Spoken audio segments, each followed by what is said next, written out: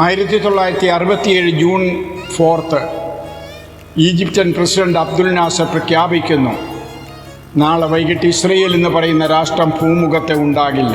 അവരുടെ പേര് പോലും ഇനിയും ആരും ഓർക്കുകയില്ല. അദ്ദേഹം അറിഞ്ഞില്ല, ഇത് ജീവനുള്ള ദൈവത്തിൻ്റെ ദാസനായ ആസാഫ് ഏകദേശം 2913 വർഷം മുൻപ് ദാവീദ് രാജാവിൻ്റെ കാലത്ത് രചിച്ച ഒരു ഗീതമാകുന്ന 83-ാം സങ്കീർത്തനത്തിൻ്റെ നിവൃത്തീകരണമാണെന്ന്.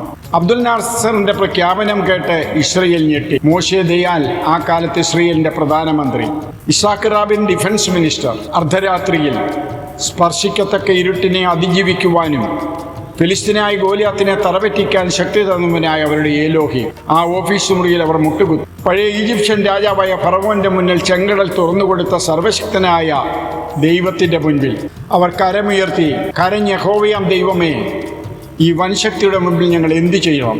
ആ പരിശയെ നീ പിന്തുടരുക, ഭയപ്പെടേണ്ട, ഉറച്ചു നിൽപ്പീൻ. യഹോവ ഇന്ന് നിങ്ങൾക്ക് ചെയ്യാനിരിക്കുന്ന രക്ഷയെ കണ്ടുകൊള്ളുവീൻ. കട്ടപിടിച്ച ഇരുട്ടിന്റെ മറവിൽ മധ്യധരണി കടലിന് തിരമാലകളെ തൊട്ടുരുമി 3 സ്ക്വാഡൻ ഫൈറ്റർ ജെറ്റുകൾ ഹുങ്കാര ശബ്ദത്തോടെ പറന്നു നീങ്ങി. കെയ്റോ എയർപോർട്ടിൽ കിടന്ന 117 ഫൈറ്റർ ജെറ്റുകൾ ചാമ്പലായി. 6 days war, the queen of the war. 1967 June 5 തുടങ്ങുന്നു. 1967 ജൂൺ 11 അവസാനിക്കുന്നു. ഇതാ 83-ാം സങ്കീർത്തനത്തിൽ പറയുന്നു, ഒരു ജാതീയ കൂട്ടുകെട്ട്. ഇസ്രയേൽ ഒരു ജാതി അല്ലാതെ വണ്ണം നമ്മളവരെ നശിപ്പിച്ചു കളയുക.